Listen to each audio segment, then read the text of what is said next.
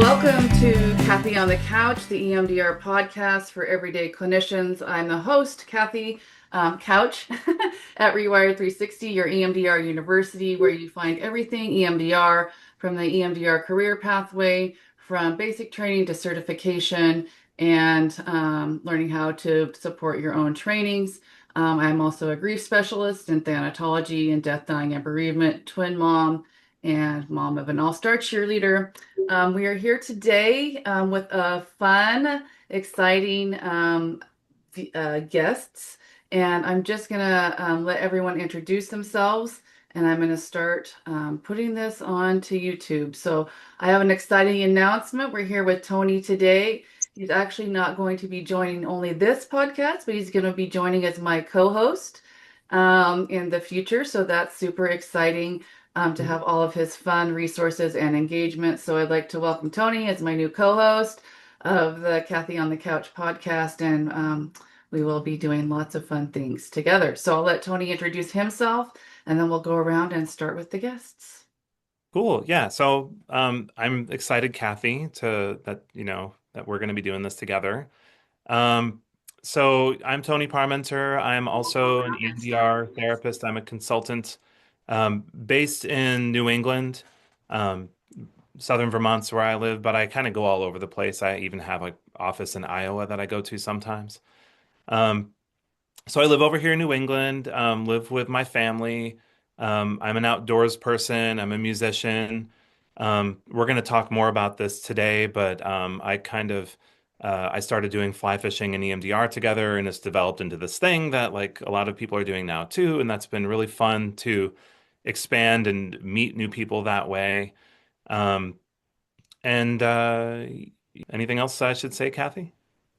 No, I think that's good. We'll go through that. And then our listeners at the end, just stay tuned. We're going to be doing two truths and a lie. So you'll see us in a fun little game on here too. So we'll just go around and we'll just let our guests introduce themselves as you feel comfortable and answer yourself about your practice and one thing that's different about your practice.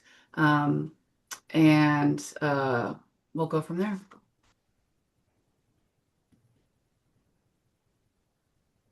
Dun, dun, dun. Maybe we call on people. All right, Becca, you want to go first? Sure. I know you. Good morning. I'm Rebecca Mahanstrup. I own a practice called Reflections Mental Health in Wisconsin. I'm an EMDR consultant, certified EMDR therapist, IFS level 2 trained, and I also do ketamine-assisted psychotherapy. But I'm really excited. I had trained under Tony a couple summers back to do therapeutic fly fishing with EMDR. So oh gosh, Tony, what's the credential? I'm not an apprentice. I think I'm just a You are a therapist. EMDR therapist. Yeah, EMDR therapist. So I really enjoy that. Reflections as a group, but then I do a lot of my special projects on the side, specializing in trauma and attachment. I see a lot of adoptees with my child work and a lot of first responders for my adults. And we'll kind of get more into this today, but part of what's special about my practice is I've been able to take the fly fishing piece and really turn it into an urban environment. So I get the chance to do intensives with clients, but I also can do a 53-minute session and kind of get back in and out of the office. And a lot of our local payers cover it. So it's pretty cool. That's great. Good for you. That's so exciting. No pun intended, but on the fly, do you want to pick someone and we'll go back to old school and play tag? You can pick someone. Chris, you want to go? Sure. I had a feeling you were going to pick me. So my name is Chris Postle. I am a licensed clinical social worker in New York. I live in Silver Creek, New York, which is just south of Buffalo. So we're like right on the shores of Lake Erie. We have all the Lake Erie tributaries to fish and things like that. So yeah, I am a TF EMDR therapist. I was trained under Tony in August of 2024 now, in Vermont. It was an amazing experience. I'm also an EMDR consultant. I have a private practice called Peace of Mind Counseling in Silver Creek, and I also do clinical supervision for the Seneca Nation of Indians in Irving, New York. So a few different roles, doing a lot of things. But yeah, since taking this training, I really, it changed everything about the way I practice. So I'm not just incorporating the fly fishing piece, but really trying to think out of the box on how we can incorporate different things and be unique in our therapy. So I bring fly tying into my individual sessions with clients, really focusing on that mindfulness stuff, and like co-regulating with people was a huge thing I learned from this training that I focus so much more on since doing this. So I'm doing like men's retreats now out in nature, focus on grounding and mindfulness and things like that. So it's really opened my mind to be able to do different things in hopes that we can bring people to therapy that maybe normally wouldn't consider it. I love that. I'm out here in Idaho and we have like so many opportunities. I'm not a fisher woman, man, fisher person. I don't know how to say it. Apparently I don't fish, but An angler. Oh, I'm it's too bad just Kim like, couldn't make it. Too bad Kim's not here. She's your neighbor. oh yeah, that's what One you of were us. She's one of saying. us. He's in She's your neighbor. Boise, Yeah. yes. So I just love everything that you're saying. I think that's so exciting. I'm just getting more intrigued as we all go through this. So it's so exciting. So yay. Okay, you want to pick someone? Yeah, I'm gonna pick on one of my buddies from the training, Eli over here. Thanks, Chris. Yeah, good to see everybody. I'm Eli Coster. I'm a licensed independent clinical social worker up here in New Hampshire, just right next to Tony's home state. And so I've been in the field for about over 10 years now, mainly doing nonprofit community mental health type of work. After getting trained in uh, I've had a long time passion for fly fishing. So when the opportunity to do Tony's training came up, I jumped right on that. And then I was inspired to open up my own practice this year called Streamside Therapy Services. And I'm really trying to do as much therapeutic fly fishing with EMDR, as possible. But there's also, traditional therapy. I have office space and things like that. So I think the fly fishing EMDR itself is the unique thing about the practice. I'm in a lot of online therapist networks, and this seems to be something really set apart that offers our clients something different. Excuse me, I'm just getting over a cold here. But and the other thing that what I've noticed in my work with people that is different since, versus my work in the past and how things are different now that fly fishing EMDR is on board is about the way that people approach avoidance. So avoidance is like such a common trauma response, right? People avoid themselves, their feelings, memories, relationships, and that avoidance can be a really tough barrier to healing in therapy. I think with therapeutic fly fishing and EMDR, it shifts that experience of how we address that with clients, and it has to be addressed if the client is willing, and just having like that natural environment, the sounds, you have the moving water, it's very grounding. You're just like you're creating such a comfortable environment for clients to just like open the door on those avoidant parts of themselves, and to really say, we're not like sitting in an office Yeah. directly at each other, and that conversation approach and avoidance I think has to be really a delicate, supportive way, and I think I've noticed that the fly fish being out on the water with people allows it to happen in a way that feels gentle and supported, I think. So, Yeah, That is Kathy, so awesome. can I Awesome. respond to that to him? Is that a little Yes, bit? yeah. Okay. Okay. Um, so yeah, so Eli, that's amazing. And the thing I really appreciate about hearing that from you is that just kind of validates what it's like for me with my clients, where my clients, even if they're comfortable fly fishing or if they like being in nature, no matter what, when you change the way or the place that you're doing therapy, the set and setting, people have to take a risk. Right. And and just simply their willingness to go with that, like no pun intended, right? Just to go with that already is like pushing them into a different place with their healing process, a different place with trust. And it's a different type of relationship. You probably experience this in the training. I call it buddy talk. But even the way we talk to our clients when we're outside is completely different. It's more formal. And it's like you're working with all their parts in a completely different way, more compassionate. They're more grounded if they like being outside. And so just simply changing the way you do therapy, no matter what kind of nature-based therapy you're doing with people, once they agree to that and they take the step in that direction, you've already done kind of a lot of work behind the scenes. So Yeah. that's been my experience anyway. So I appreciate hearing that from you. Absolutely. That's a great point. Yeah. Okay, your turn. Time to pick someone. Oh, okay. I think we got Andrea. Yeah, I was gonna say, I think that's me. Thanks, Eli.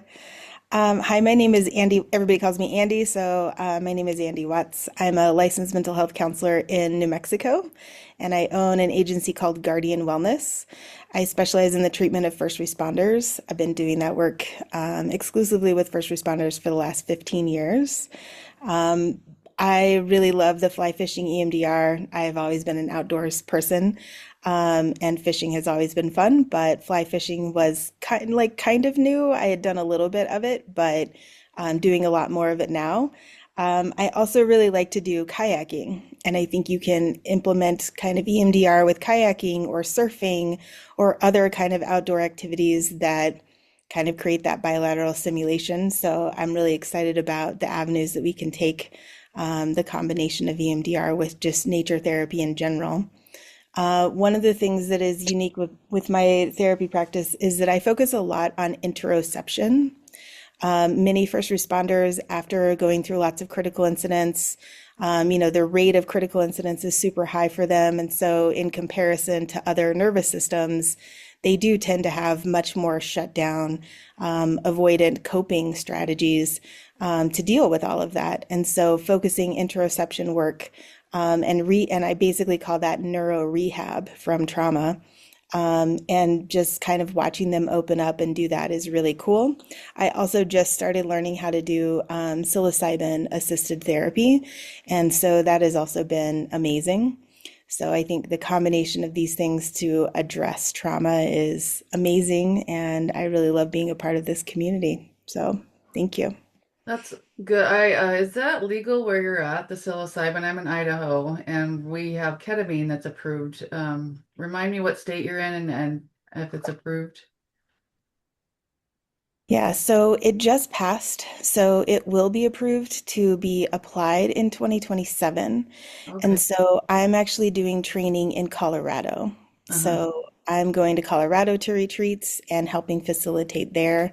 It's legal in Colorado and Oregon right now. Uh-huh.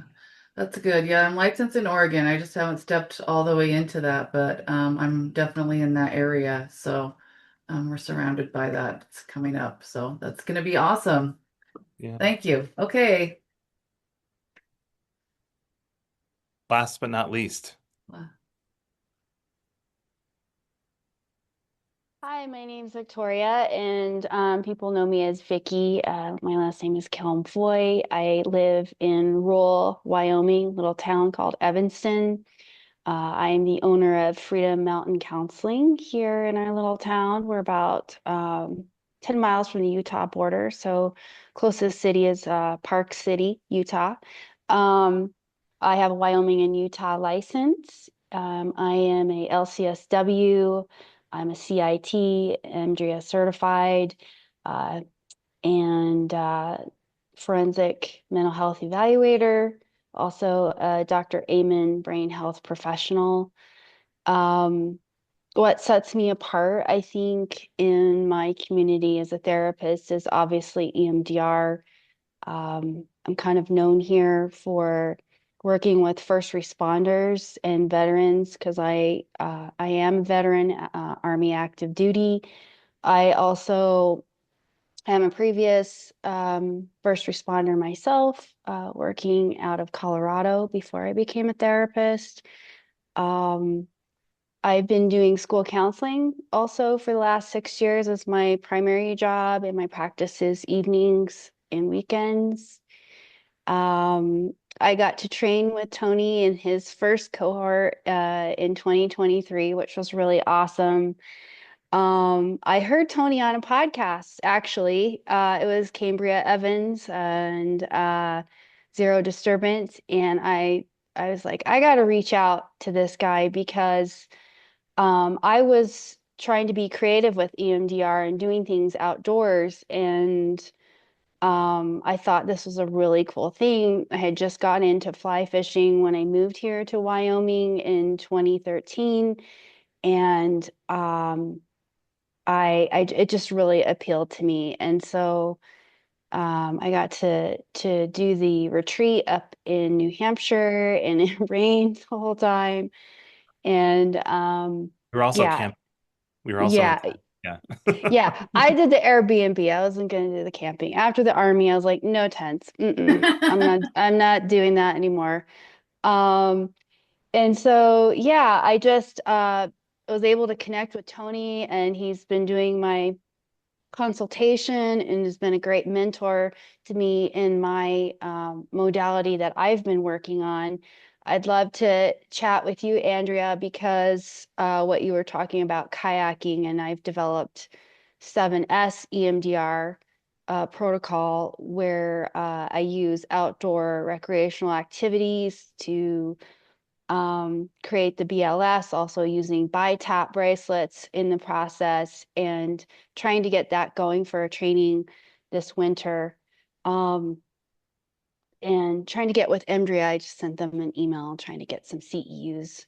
Um, what else? Yeah, I'm about to transition to Seneca Health Nation here soon. So working with DHA globally, waiting because of the shutdown. My security clearance is sitting there on someone's desk, I'm sure. So I'm kind of in limbo until that happens. Actually, today is my last day at the school. And so hopefully in December, I'll be going to the training. Um, yeah, so in my community, it's very small. We do have some EMDR trained therapists locally, but I've been doing EMDR since 2018, right out of the gate, finishing school, and it was my life's passion. I had learned about it 10 years prior, and it was, a 10-year journey. I had a little bit of college. I was an investigator at the time, working for human services and investigating welfare fraud.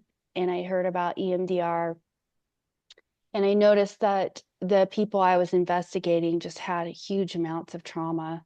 Um, and so it just set me on this journey to be EMDR trained, and I didn't look back. And so yeah, that's a little bit about me. I think I've answered everything. Yeah. I don't know if Yeah, I'm there's just so amazed at all of your expertise, right? Like we're all sitting here with all this experience. It's Yes, just kind of overwhelming. I'm just really grateful. So this is like yes, so cool, thank Tony. you. You've done a lot of great work to get Well here. done. Yeah, the thing that I'm appreciating hearing from all of you is like how you feel in your own ways that, kind of learning the modality that I'm teaching has helped you tap more into your own creative process. And, a big part of the training, I know that probably the people listening to the podcast don't know anything about the training, but a big part of it is actually fly fishing is like a 10% part. We do fly fish the whole training mostly, but it's like a very small part of what actually people learn. People learn a lot about that, a lot about accessing like what is it that they want out of the session? What is it that makes them feel connected to nature and authentic and grounded? We put a lot of emphasis on that. We put a lot of emphasis on, polyvagal theory and just feeling present and what is that like to feel present with the other person there and how does that help them? And so I always feel like, I probably came up with the wrong name for this because we are teaching fly fishing, but we're teaching more than that. Like I feel like people just come out of this, and I heard Vicky and Andy say this especially, like you just become more aware of how to use nature in general better to do trauma therapy with people. You just become a better nature-based therapist in general. And so I appreciated hearing that from you guys because that's something I really care about. Yeah. Tony, for myself and our listeners, would you kind of talk about how you manifested this idea, what it was like to implement it and to see all these people here? And Yeah. then just kind of the listeners going through the program, how it's changed your practice and those kinds of things. Sure, sure. So, um, I didn't grow up fishing. I mean, I grew up going to like summer camps and fishing on lakes here and there. I didn't know anything, I didn't know how to fish growing up. I just tried here and there. So it wasn't until about, in my 20s, um, when I was living in Japan, kind of between getting out of the military and then moving back to the US. There's a couple of years where I lived in Japan and taught English where I went camping with some friends and they were like, here, this is fishing. And it was just like a stick with a string on the end. And I was like, this is fishing? And we caught some rainbow trout and and we are camping. So in Japan, there's no catch and release. So you eat what you catch. So we did that. And then when I moved to the US a few years later, I started working for a mental health program while I was in school for counseling. And on the East Coast, it was one of the first programs that was specifically around for first responders and military veterans. And it was a complete mindfulness-based program. We did acceptance and commitment therapy, we did yoga, we did um, you know, gosh, everything. It was just mindfulness oriented. So, but we placed a lot of emphasis on recreation. So, while I was working there, one of the other staff members who was a fly fishing guide said, "Hey, fly fishing helps me feel better. I feel better when I'm outside. What if we use this in our program?" So he helped develop a mindfulness-based fly fishing program that was basically a way for people to take what they were learning in the ACT classes and Oh, practice it okay. in real time so they could take that home with them.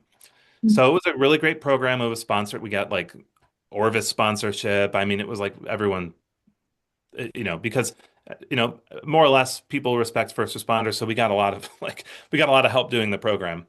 Um, Years later, when I learned EMDR, um, I not long after that, the pandemic happened, and I found myself really, really itching to be outside more. And I remembered, like, oh, when I was fly fishing a lot, when I worked at this program, I felt really good. Maybe I should start fly fishing again. So I went out and I bought, a 5 weight rod, and I started getting back into it. And then I got into this I think it was the same thing I was doing in Japan, a while back, the stick with the string.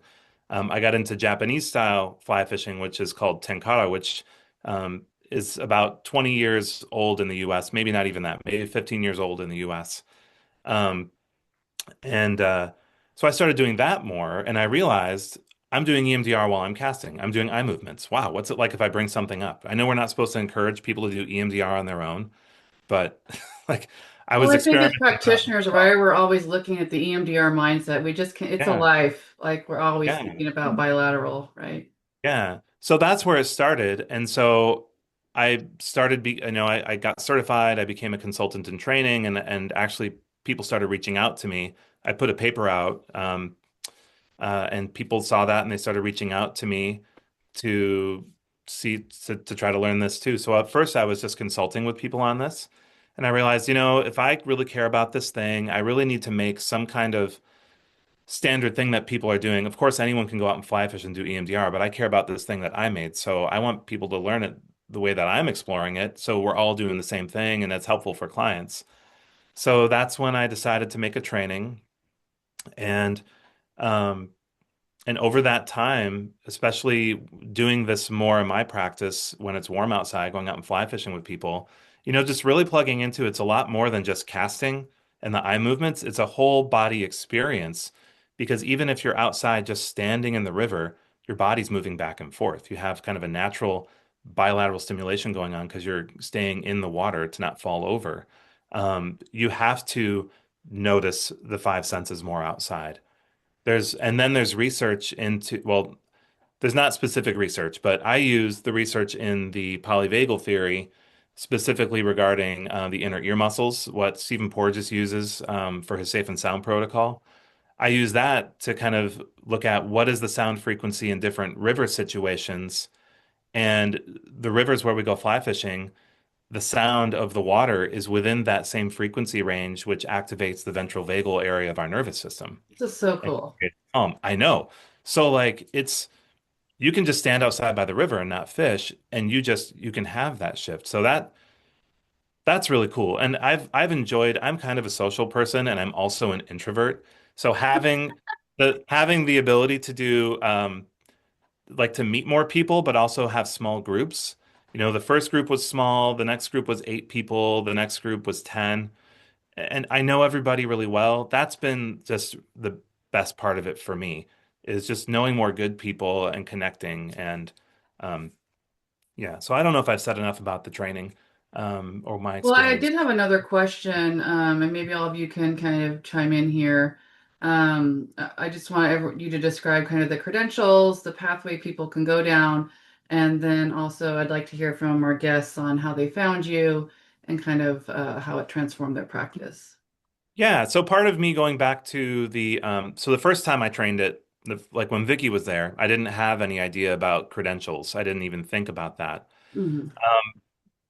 So what I did actually to kind of protect myself, and I named my practice after my kids. Also, the name Seiyu comes from my kids' names merged, so I really care about that. So I was like, well, just to protect this thing that I came up with, maybe I should copyright it. So I came up with so I had it service marked, trademarked. And so I'm like, oh crap, now people can't use this term without, being at risk of like worrying about like, oh, I'm using this other guy's term. So I came up with like Did you do that on your own, or did you hire an attorney, or how did that look for you? I worked with a trademark firm, so Mm-hmm. attorneys. Mm-hmm. Yeah. And they did at first I tried it on my own and it got rejected a couple times. So I'm like, okay, I need help with this. Yeah. So I reached out to some folks and they've been awesome. So what I did is, because I realized like people are put in this position now to like not use this term, um, I came up with a credentialing idea. I didn't want to call it a certification, especially, that might get confused for EMDR certification, and I didn't want that. So I came up with a credential. And so when people take my training, um, after they take the training, they're considered an apprentice in TF-EMDR, and we do 6 months of consultation together while they get their practice going. And there's kind of they'll come up with a case consultation, a kind of idea, and they'll come up with a presentation, and we'll just be thoughtful about their process. And at the end of that, if all works out, they'll be upgraded to a TF-EMDR therapist, and that's all included in like the training cost. But while they have those things, I have it written into kind of like my process that they're allowed, anyone who has these things is allowed to use my trademarked terms in their advertising. So that's how I get around that. But the nice thing that's happened around that though is it's created a little bit of a standard, you know. There's now a standard of going fly fishing and doing EMDR as a nature-based therapy. And I like that. I like that we've kind of held, brought the career forward a little bit for people and brought the field up a little bit as far as like what we can do in nature and how we can promote that and show some competence. So how did everyone find Tony or experience the training? Can you all talk a little bit about that, just kind of in an open conversation? Yeah, and I apologize. My co-therapist, 6-month-old puppy, is barking in the back. Oh, so cute. We love that. But yeah, so I, for the first 7 years of my career, did intensive in-home with kiddos. And it was really intense work, but I loved taking kids outside, being under the trees, going to the park. And so when I switched to outpatient for various reasons, I was like, that was what I was going to miss the most and did miss the most. So I think I was like on a road trip to New Orleans, and Tony sent me a message because we were in I think we were both in like a first responder Facebook group. And he's like, hey, and he actually asked me and my a member of my leadership team, Amy, who loathes nature. So I got a good chuckle at the time. Maybe we're on our way to Belize, actually. I can't remember. But I was like, Amy is definitely not interested. But we kind of talked about it. I signed up for the training, I think a couple weeks later. And I grew up fishing, very like Wisconsin, boats and beer, and everybody's kind of angry because it's hot outside. So I fished, but I hadn't gone as an adult in 10, 15 years, and I really never enjoyed it because as a girl child, I had to be really, really quiet and super, super bored, right? Because they weren't going to teach me anything in my family system. So I got out there and I'm like, I don't know how to fish. Like, I don't know what I'm doing. I backpack and I camp and took some of that gear. But as I was doing the training in Vermont, like stuff started coming back that I remembered, or like, not like, I mean, I love being outside, but it was kind of like, I know how to be outdoors. Like, I know how to be on the water. I also kayak, so I'm really excited to nerd out with everybody later on that one. So kind of just built from there. And Tony was really supportive of like, take this back, figure out how it fits into your practice, your environment, marketing and stuff like that. So it kind of just tapped into stuff that I enjoyed and that I didn't know that I still knew, and just kind of got to go from there with it. Yeah. Our bodies respond, don't they? Like, oh, you know this. Yeah. Yeah. Good. How else did you all find Tony or the experience or the program? I can talk a little bit. So I found Tony randomly on an email listserv, like an EMDR listserv that I was a part of. So I saw it come across probably the year before, and I was kind of in touch with Tony, and we just couldn't make it work on my end. And then I saw it come again, and luckily the Seneca Nation sent me and sponsored the whole thing, paid for it, because the culture here at the Seneca Nation is very nature based, and it fits very well with the people we work with here. So it was awesome. I saw the flyer and I'm like, this is like a dream come true. It's fishing and therapy, two things I'm extremely passionate about. And I grew up fishing my whole life. I love the outdoors, and it is like a dream come true that I'm able to mix these two things together, and people really benefit from it. So that was kind of my journey. And then going through the training, it's not just a training. Tony's way of doing it is that retreat style, where it wasn't just about learning new skills. There was a vibe to it, and I think that vibe from the training became like, my own resource, right? That's a feeling that it is embedded in me now. And I take that vibe and I bring it into my therapy now, whether we're on the stream or in the office, whatever. Like it's instilled in me, and I'm able to project that out into my session. So what a gift, right? Like, not to cut you off, but like when I was developing this community, same with Tony, like it was just divined out of an idea. And it's like to hear someone say like, this is now my own resource. It's like, wow, like the power that we have, this creative energy now is like two people, and it's like their resource because of the work we did. It's just so inspiring, Yeah. And through like the consultation, we all got to see each other again. And like every time we got together again, that comes back and it strengthens every time. Yeah, so awesome. These faces, it's like it's just an awesome energy. So yeah. Thanks for sharing, Chris. I also want to say on my end, like I get to be friends with everyone that learns from me, and that's such like I love that connection. And I have a good memory of your training, Chris, where we all found out that we can all more or less in one way hula hoop. And I'm not going to say more about that, but hula hooping was a big part of the training that none of us intended to have happen, and it was a lot of fun. So, those are my resources too. So, yeah, so cool. Does anybody else want to share? How else did you all find Tony, or what kind of has changed your practice, or what surprised you about the training? I also found him just kind of on a random listserv of EMDR therapists. And he said something about fly fishing and EMDR, and I was like, what? I need to know about this. And so I immediately like emailed him and we started talking back and forth. Me and a friend of mine were trying to get out there, and this last year we made it out there. It was an amazing experience. I agree. I had never been to Vermont. I am the biggest fan of Vermont now. Everything Vermont is awesome. It's was very retreat style. It was restorative. It felt creative. It felt grounded. You just really feel held and just process. There's just so much wonderful process, and the community is amazing. I made friends with great people. It's a really great experience, and I think anybody that gets the opportunity to go to the training will just they'll love it. It's great. So you I fly wish I there could do to it a again. retreat style. Is that what I'm hearing? So is that how it's set up for anybody? So you have like a weekend and people come, or how long is the training and kind of what's the setting, I guess is the question. Should I answer that? Yeah, go ahead. Oh, And okay.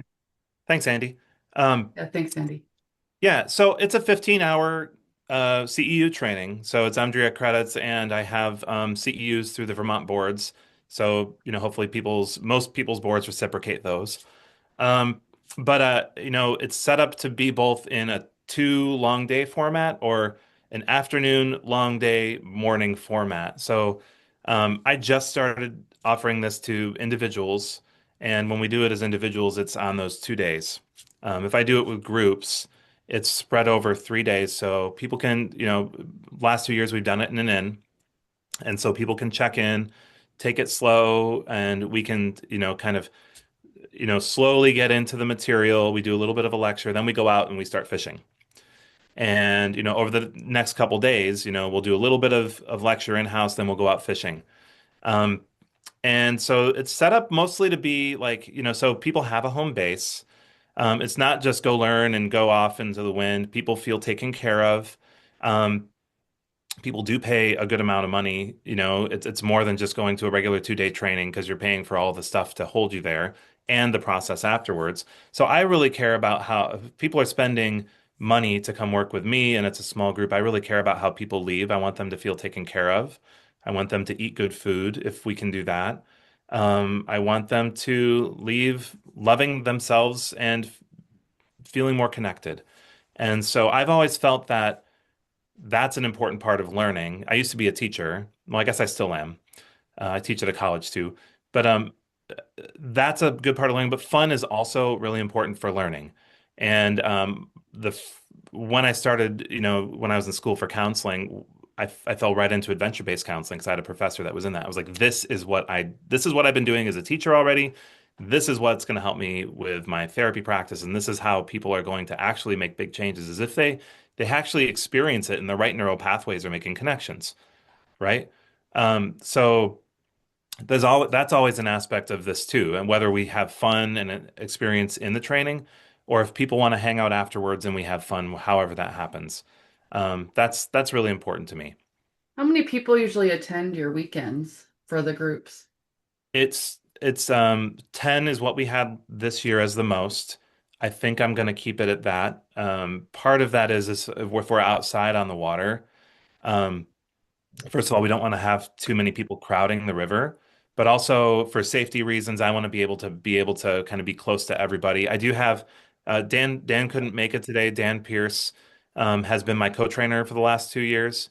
He's a fly fishing guide and an EMDR therapist, and so he's been my co-trainer. And so there are two of us. And this year we did have someone who's an EMT there just in case because it was like 100 degrees. Um, but I really care about safety on the water. I want to make sure we're close to everybody. Everybody has, enough of, they have someone there if they have questions. So, and I also don't want, 50 people, like you can't know everybody. I really care about the community. So 10, maybe 12 could be the most that I do. This year, we'll see how that happens. I have some interesting ideas for the training this year. So is And it so an annual training, Tony? Yeah, it's for been going on the last 3 years, one group every year. This year's going to be weird. I haven't, so this is still in development, but I might be going to Austria in the spring to train some folks. I had some folks reach out to me there. Um, Possibly, Colorado. We've been trying to go out west for a while. Might have something happening finally out there in Colorado. That's still in the works. Um, and then we have our training, that hopefully we can do in Vermont again. But we're gonna probably, and then I'm focusing a lot on individuals. And part of me too is I want people to become teachers of this. So some of the folks here, if or other people that aren't here, if they're interested, I've got like kind of a training pathway that I'm trying to develop. So it's not just me treating small or teaching small groups. It's maybe more people in other places can be the resources for that. Um, Great. yeah, so that's how things are looking different, but we're at least going to continue to have one training every year. And yeah, I'd like to say too, I like that, Tony, that you're developing it as a community, and keeping that interconnectedness, just even the Yeah. meetups like the EMDRIA conference. I love the way that Dan and Tony developed this. Tony, I don't think you emphasize this enough, or maybe it's just cool from my perspective, but Tony came in as a therapist and then transitioning to the guide stuff. And then Dan was a guide who then went into therapy and transitioned into the EMDR stuff. So it's really cool Oh, to have the balance in the training from two different facilitators that like come from those different directions, because it just balances everything out. So I really like the way that that kind of developed. And the holding too, like we had I think the Sunday, maybe it was the Saturday of our training, like we had a yoga nidra session. The food was amazing. Tony and his wife were really big on, I mean, I'm food motivated. So there were a lot of like snacks. But there was a chance to be in groups. There was a chance to be off on your own. Some people were going in like the evening and going fishing. Then we kind of did like dinner and like pool in the bar and like just kind of goofy stuff, fires in the evening.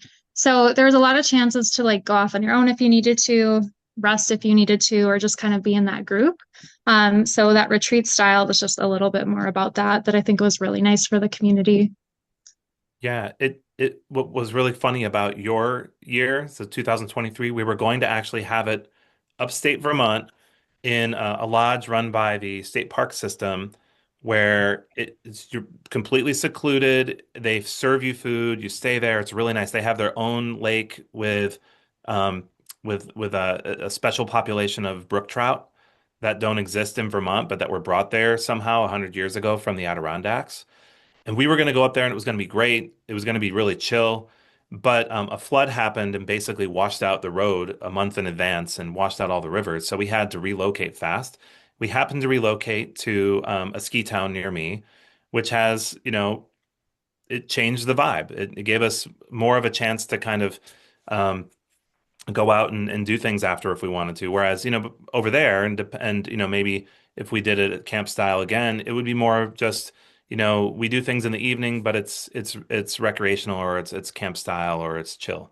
So I think, the fun thing about this training is like depending on where it is, like when Vicky came, we were at a camp out and it was different. We actually started the training by cooking breakfast on the fire, you know. That's the fun thing about doing retreat-based trainings. And I know that a lot of people are doing retreat-based trainings now. I appreciate doing them because you get to kind of decide the vibe. And sometimes the vibe is decided by where you have it, and yeah. everything just is happenstance. And it's really fun. Okay. So we're going to transition into our little game. And so we're just going to do this with each other. For our listeners, it'll be fun for you to try and guess as well. And you can just post in the comments what you think or what you were surprised by. But we're just going to reveal the answers here so you can see us in shock. So we're going to do two truths and a lie.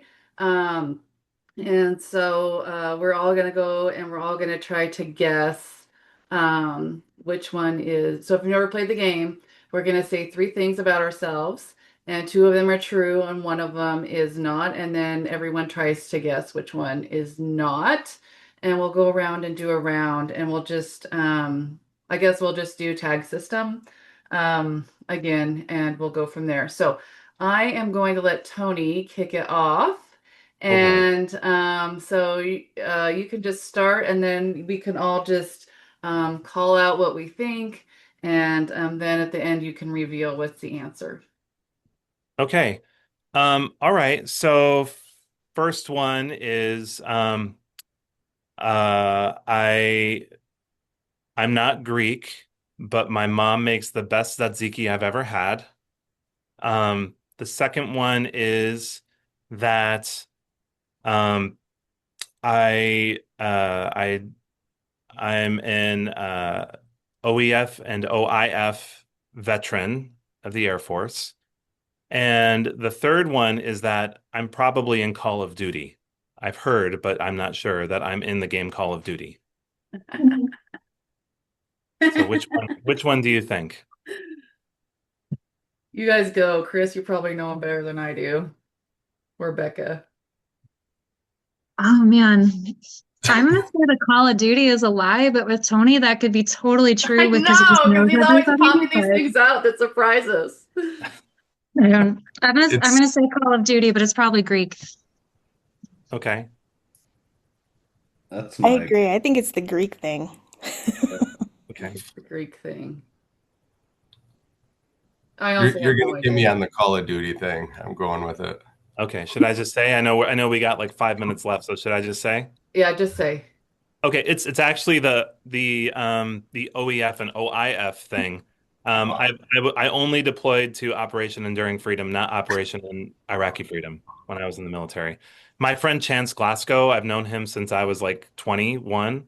We were online friends, and so I knew him before he got before he started Call of Duty with the other guys. And there was a rumor at the time, because we were all on the same message board. There was a rumor, and I should ask him about this, but there was a rumor that there was a character based on my face. So I don't know if that's true. So that's why I said it that way. I don't know if it's true, but all right. Does Close anybody else have a burning desire to go? We want to try and wrap this up by the hour, so we want to make sure and let us know where people can find you. So does anybody want to go specifically? I can go quick. Okay, so my three are I used to sell fire trucks internationally. I hold a championship in Great Lakes surfing. And oh my gosh, and I'm an excellent egg surgeon. I can remove baby ducks and chickens from their shells. Oh man. No idea. This is tough. These are so great. I want to say egg surgeon. Is my lie? Yeah. Anyone else? the first one. My fire trucks? Sure. Okay. I am an excellent egg surgeon. Call ducks are stupid and they can't get themselves out of their own eggs, so I am great at hatching these things out. Excellent. There you go. I did sell fire trucks internationally when I was like 21 and totally unqualified. Oh my Disturbing. gosh. So funny. And I am not a surfer. I am very much a big snowboarder. So don't hold any championships in Great Lakes surfing. This is so fun. Eli, Okay. your face. One more. Does anybody else want to go? Come If on, no one Andy. else wants, Go, I'll Andy. go. Come on. Sure. All right, cool. So I live in Albuquerque, and we have the International Balloon Fiestas. So in my spare time, I get to be a hot air balloon pilot, which is super fun. I really enjoy doing driftwood art, and I was a high school rodeo queen. I'm going to say the driftwood's a lie. yeah, where are you going to find driftwood in New Mexico? I There. guess there's importers. There's no tariff on that. No.